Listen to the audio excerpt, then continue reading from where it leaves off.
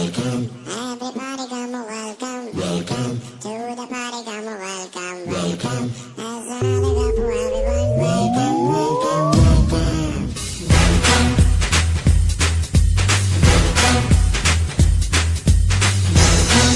Everybody come welcome. Welcome to the party, come welcome. Welcome. As another cup for everyone. Welcome, welcome, welcome. Welcome one and all. Today we are gathering here for celebrating Ganpati festival. First of all, I feel so proud that I am Maharashtrian and I speak Marathi fluently. And as Maharashtrian, everyone should talk with each other in Marathi only. Ganpati fest is a part of our culture, so give the wishes of this holiday on WhatsApp, Facebook, Twitter, Insta and so on. Everyone come together. Let's celebrate our Ganpati festival happily and proudly.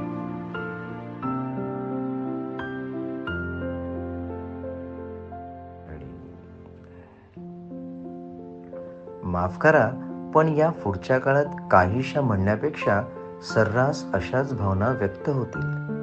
आपण इंग्रजाळलेले होत असतानाच मराठीत बोलायला मात्र मागे मागे पडत चाललोय, हेही तितकेच खरे. याला कारणे अनेक. आपल्या मुलांना चांदोबा, चंपक, ठकठक माहीत नाहीत. छावा, मृत्युंजय आणि रणांगण तर वाचलेच नाहीत. पिंजरा, बनवा बनवी आणि धूमधडाका यांचे कौतुक नाही.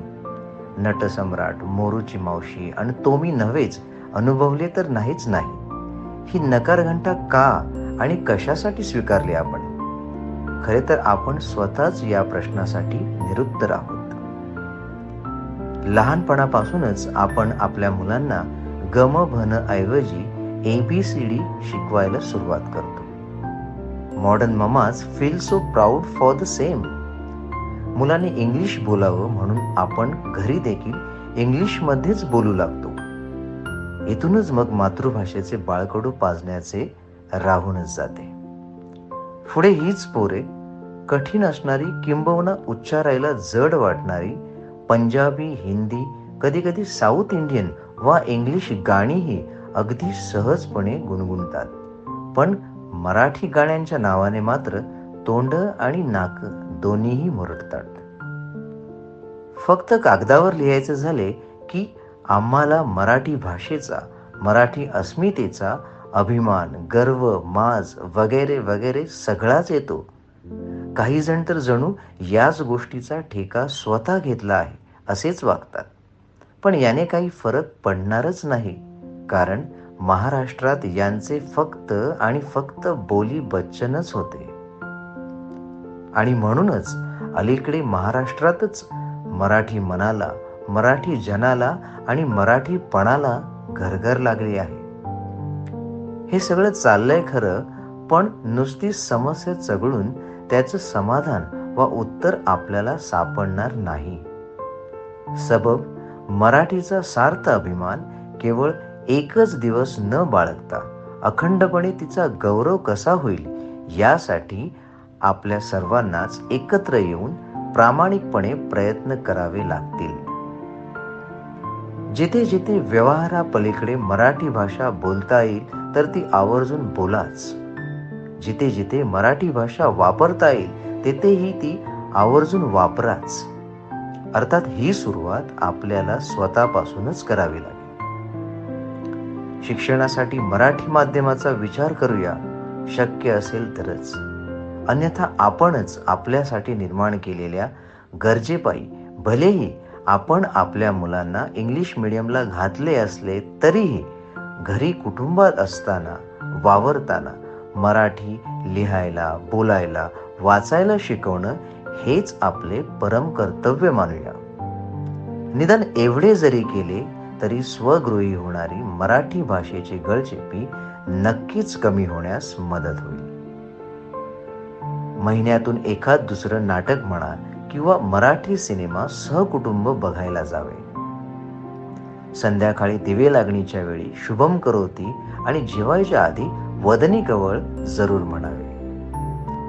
जास्त काही मोठं करण्याची गरज नाही, पण रोज किमान अशा छोट्या छोट्या गोष्टी जरूर कराव्यात, जेणेकरून मराठी भाषेचा उद्धार व्हायला नक्कीच मदत होईल. हे देवा गणराया, आज तुझ्याच साक्षीने आम्ही तुला वचन देतो की मी माझ्या माय मराठीचे संरक्षण आणि संवर्धन करण्यासाठी कायमच कटिबद्ध राहीन.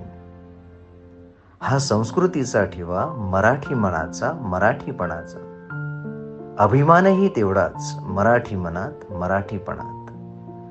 देह बोली आणि भाषा ही मराठी मनाची, मराठीपणाची.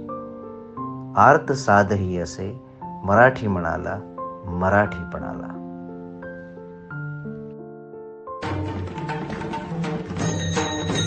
याची दान देगा देवा तुझा विसरण व्हावा, विसरण व्हावा तुझा विसरण व्हावा. गुण गाईन आवडी हेची माझी सर्व जोडी, माझी सर्व जोडी हेची माझी सर्व जोडी.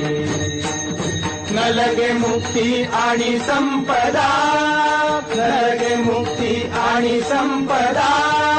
संत संग देई सदा, संत संग देई सदा, संत संग देई सदा.